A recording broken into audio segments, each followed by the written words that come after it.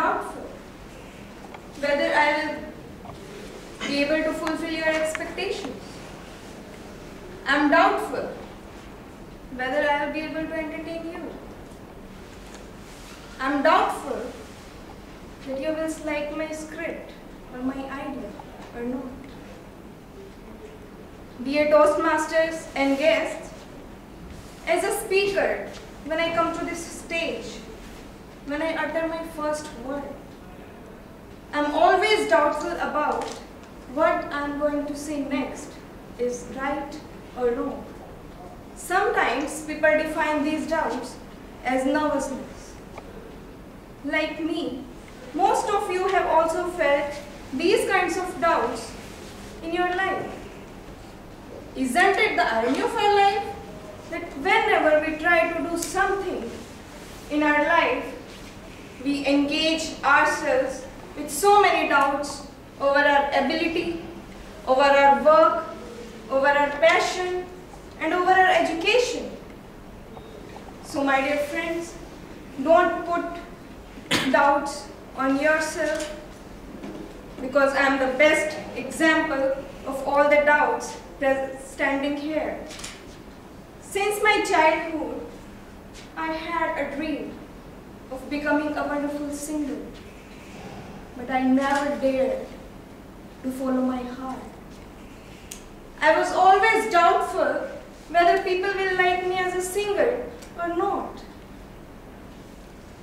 Am I capable enough to learn and perform before the mass?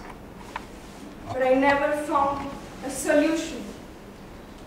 Whether it's school, it's college, it's office, I always wanted to do something innovative, something creative, but I never dared to do something. I had a lot of ideas, but I had a lot more doubts as well. Will this idea work? Am I capable enough to lead and follow my heart to fulfill my dream? But I never found a perfect answer. I felt like I was standing on the river bank, just watching the water of life go by, too scared to jump in and play. I was not ready to move until I was sure about the future. What I'm doing is right or not. Life was flowing and I was doing nothing, because I was not sure what I'm doing will give me success or not. I was very frustrated. Every time I gave up, I felt like I was a failure. It was complete failure. I was in depression. I was disappointed with myself because I was not getting what I want in my life. After every failure, I had one good friend, Facebook, which I used to surf many times. I use it to restore myself to normalcy. One day, when I was accessing Facebook, I found a very amazing character. A person who was born with phocomelia. It's a medical disorder in which a person is born without fully developed limbs. Means that person was not having his arms and legs. The name of that person is Nick Woozy. He had two small deformed feet which grew after some operations, one of which he calls his chicken drumstick because of its shape, and he used those two feet to operate his wheelchair, to operate his mobile phone, to operate his computer and other stuff.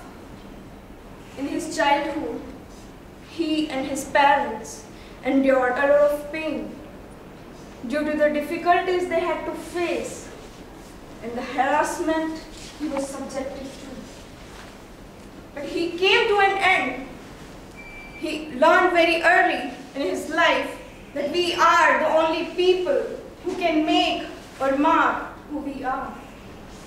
Despite the loss of limbs, that person credits his disability for the persistence to reach his goals and ambitions. At the age of 28, he was able to do that things which a normal person, which a healthy and fully limbed person won't even dare. He is the owner of non-profitable organization, Life Without Limbs. Then one day, I gave a single thought to myself, if a disabled person can do such a Herculean task with utmost care and dedication, then why not I? Then I decided to jump in that river and swim. I started exploring the world and forward about future's pros and cons. I thought I might wash up in the river slight ways down, but at least I'll be moving. I stopped setting expectations for the future and jumped in the river and went with the flow. Friends, when expectations rule our life, we set ourselves for disappointment. We get harsh on ourselves.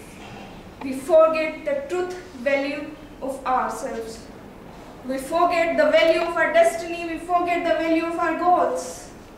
So my dear friends, we should explore the world, because when we never know what will come to our way that will change our life. At what time we will get the magical ladders to success. And I am here standing before you, still exploring and finding the magical ladders of my success, of my life. So dear contest chair, are you?